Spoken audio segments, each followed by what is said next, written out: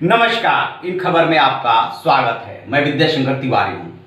असल समस्या ये है कि ये जो कोरोना वायरस है ये आया कहाँ से, क्या इसमें चीन ने कोई बदमाशी की है, कोई कनिंगनेस की है, इसको लेकर के दुनिया भर में बहस हो रही है। क्योंकि अमेरिका ने सवाल उठा दिया, बार बार अमेरिका इसको चीनी वायरस बोल रहा है और उसने चीन ने जो है जब देखा कि अमेरिका नहीं मान रहा है तो उसने भारत को फोन खटखटाया कि भारत इसमें हमारी मदद करे, अमेरिका उसका मित्र देश है, वो ऐसे ऐसे बोल रहा है, इससे चीन की बदनामी हो रही है। जब कल G20 की मीटिंग हुई उसमें मतलब ये बात आश्चर्यजनक है कि प्रधानमंत्री नरेंद्र मोदी ने आश्चर्यजनक रूप से इसमें चीन का फेवर किया। वो चीन जो भारत के कभी पक्ष में आता ही नहीं है, हमेशा वो अपने सदाबहार दोस्त पाकिस्तान की पैरोकारी में लगा रहता है, उसका फेवर करते हुए प्रधानमंत्री नरेंद्र मोदी ने जो है उस G20 की जो कॉन्फ्रेंसिंग से मीटिंग हो रही थी उसमें जो है उन्होंने बोला कि इसमें कहां से ओरिजिनेट हुआ ये बहस का समय नहीं है, हमें इससे निपटने में अपना ध्यान लगाना चाहिए। ठीक है, आपने वो कर दिया,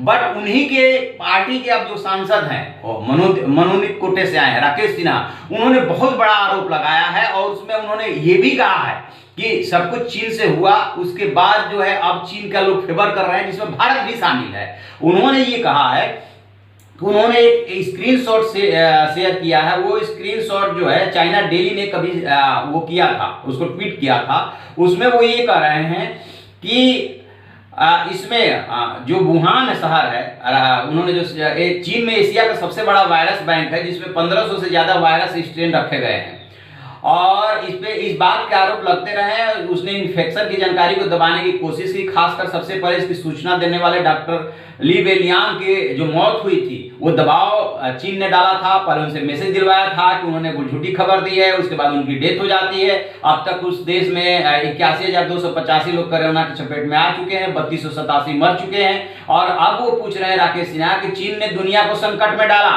जिस डॉक्टर ने कोरोना के बारे में देश दुनिया को सबसे पहले बताया उसे मार डाला, राक्षसी तरीके से मारा, कोरोना को कथित रूप से नियंत्रित किया और अब दुनिया भर जिसमें भारत भी अपवाद नहीं है, चीन की कृतज्ञता से दबे लोग उसकी इमेज को ठीक करने में लगे हैं। फिर चाइना डेली का वो जो उन्होंने स्क्रीनशॉट डाला है, take a look at the largest virus bank in Asia, Wuhan Institute of Virology in central China Hubei province preserve more than 1500 different strains of the virus. तो अब इससे चूंकि वहां पे माना जाता है कि पूरी मीडिया जो है वो गवर्नमेंट कंट्रोल्ड है, तो चाइना डेली भी है, लेकिन ये दुनिया को पता है कि वहां पे ऐसे ऐसे एक बैंक है वायरस, उसमें 1500 डिफरेंट टाइप के वायरस है। तो सवाल तो ये उभरता ही है कि क्या वहां पे कोई एक्सपेरिमेंट हो रहा था, क्योंकि अब ये बात आ रही है। अमेरिका तो बार बार इस बात को बोल रहा है, अमेरिका के सीनेटर बोल चुके हैं, अमेरिका के एक वकील जो है वो इसको लेकर के फेडरल कोर्ट में सूट दायर कर चुका है। तो कि आखिरकार जो है क्यों जो है इस बात को दबाया जा रहा है। अब राकेश सिन्हा आगे सवाल उठाते हैं, डॉक्टर एस जयशंकर ने उनके चीनी समकक्ष वांग यी से बात की थी और कोरोना वायरस को चीनी वायरस कहे जाने का विरोध किया था, इसमें भारत की मदद मांगी थी और भारत उसमें मदद कर भी रहा है। लेकिन सवाल ये उठ रहा है कि अब तो उन्हीं की न्यूज़पेपर ने जो गवर्नमेंट कंट्रोल्ड है उसने ये बात बोली थी, पूरी दुनिया जानती है कि हाँ उनके यहाँ ऐसा ऐसा एक इंस्टीट्यूट है और उसके बाद से ये बीमारी अचानक आउटब्रेक होती है। आउटब्रेक होने के बाद चाइना के कुछ लिमिटेड क्षेत्र में इसका प्रभाव रहता है और वो बीजिंग तक भी नहीं पहुंच पाता है। इसके बाद इटली स्पेन जैसे देश जो है ज्यादा प्रभावित हो जाता है, चाइना बच जाता है और अब उसका केंद्र बनने जा रहा है अमेरिका। तो भाई ऐसा तो नहीं कि अमेरिका टारगेट पे था, भारत भी उसका प्रभावित हो रहा है, लेकिन भारत अभी उतना प्रभावित नहीं हुआ है जितना कि अमेरिका प्रभावित हो गया है। एक सवाल नंबर एक। सवाल नंबर दूसरा उठ रहा है कि अचानक जो है चाइना का जो है दिल पसीज गया है, वो दुनिया की मदद करने निकल पड़ा है। अब वो स्पेन को और इटली को मदद भेज रहा है और वो अपनी इमेज बना रहा है। वो इस बात को लेकर के चिंतित है कि कहीं ऐसा ना हो कि जिस महामारी को उसने पैदा किया है उस महामारी की वजह से वो दुनिया में अलग थलग पड़ जाए, क्योंकि पूरी दुनिया में आलोचना हो रही है। आप कितने की जुबान रोक लेंगे कि इसको चीनी वायरस मत कहिए। ये सारी बातें आ रही है, आज नहीं तो कल खुल करके आएगी।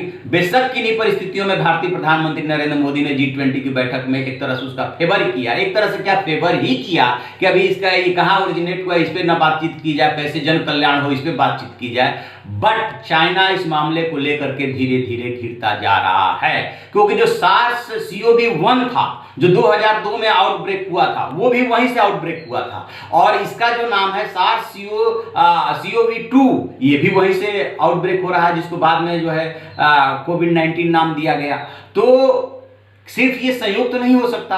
और थोड़ी देर के लिए यदि ये संयोग ही मान ले, तो क्या चाइना के कुछ लिमिटेड इलाके में ही ये रहा, बीजिंग तक भी नहीं पहुंचा और दुनिया में पूरा फैल गया, 196 देश इसके चपेट में आ गए? इसमें बहस हो सकती है, दावे के साथ अभी कुछ नहीं कहा जा सकता।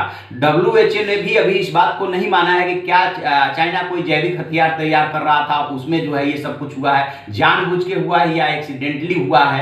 ये अभी बहुत सारी बातें हैं जो बाद में निकल करके आएगी। लेकिन अभी जो राकेश सिन्हा ने जो ट्वीट किया है, उसके बाद तो इस पर बहस बनती ही है कि ये सब हो क्या रहा है। अचानक चाइना जो है पूरी दुनिया में अपनी इमेज सुधारने के लिए कैसे सहायता भेजने लगा है। एक बात और आ रही है कि चाइना में अभी ये बीमारी कंट्रोल नहीं हुई है, लेकिन चाइना क्या कर रहा है कि उसे लग रहा है कि अर्थव्यवस्था इतनी उसकी गर्त में चली जाएगी, संभालना मुश्किल हो जाएगा, लिहाजा अब वो नए केसेज को काउंट ही नहीं कर रहा है।